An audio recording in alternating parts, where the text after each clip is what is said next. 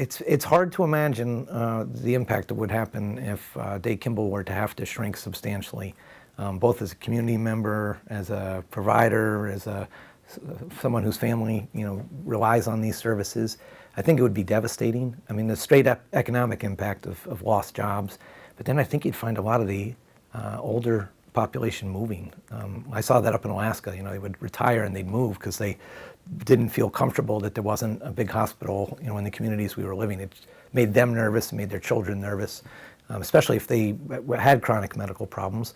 And I think you get a chicken egg thing going because when the patients start fleeing an area, the doctors start fleeing an area, leaving, not fleeing, and then it's hard for patients to find doctors and it's hard for doctors to stay in business, and so it's a very scary prospect. I have worked at many different hospitals over the last 22 years. Huge hospitals in New York City, hospitals smaller than you can imagine up in Alaska, much smaller than Dave Kimball. And I have been thrilled working here at Dave Kimball. Seeing what they've done with oncology, what they've done with radiology. The birth center I actually thought was brand new when I moved here, but it was, I think, 5 or 8 years old, but it looked immaculate, like they just cut the ribbon the week before I came. The new emergency room is incredible.